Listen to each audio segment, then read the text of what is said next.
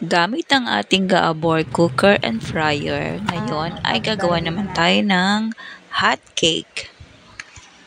Dahil na-prepare na natin ang ating hot cake mix, ay ilalagay na natin siya isa-isa sa ating Gaabor fryer. So, gagamitin naman natin siya ngayon as pinakapan. So, ngayon ay inilagay ko yung mixture niya sa Gaabor fryer. And hindi ko na siya nilagyan ng mantika. Inilagay ko na lang dyan yung mixture. At binaligtad ko nung nagkaroon na siya ng bula-bula sa ibabaw. So, ibig sabihin nun ay pwede na siyang baliktarin. So, ayan, at medyo madumi lang ang ating hot cake na pagkakagawa kasi nga wala akong kutsara lang ang aking gamit. So, ayan, ang dali-dali po nating ganyan, hindi siya talaga dumidikit. Kasi parang ang ganda-ganda talaga ng Gaabor. Pag ginagamit mo siya, hindi dumidikit talaga yung niluluto mo. So, ayan, napaka-easy nang gumawa talaga ng hotcake using the Gaabor fryer. So, ayan, at nakagawa na ako ng dalawa.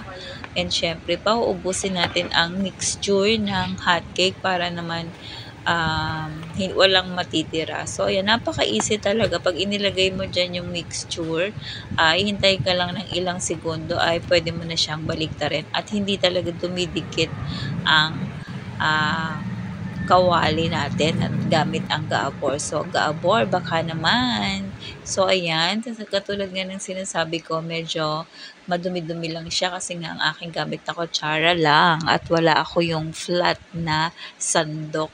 So, ayan, sa pagbabaliktad na ginagamit ko yung kutsara, kaya dumidikit yung nasa ibabaw ng mixture ng hotcake. So, ayan, pag inilagay ko dyan, gusto ko kasi na pina-flatten ko siya sa ibabaw. And kaya yan, nagkakaroon siya ng ganyan sa ibabaw niya. At ngayon nga, ay uubusin na natin ang mixture, pang-anim na yan.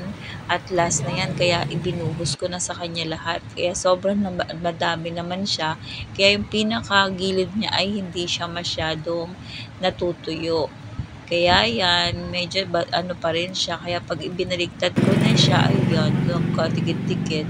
So, ayan, at natapos na ang ating hot cake. At nilagyan ko na siya ng maple syrup. Ang sarap-sarap nito. Pero sa tingin nyo, anong masasarap dito?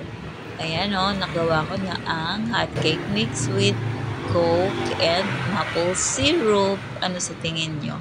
O kayo ang titikim nito? Ito nga pala ay gawa ng hot cake mix ng White King. So, White King, baka naman.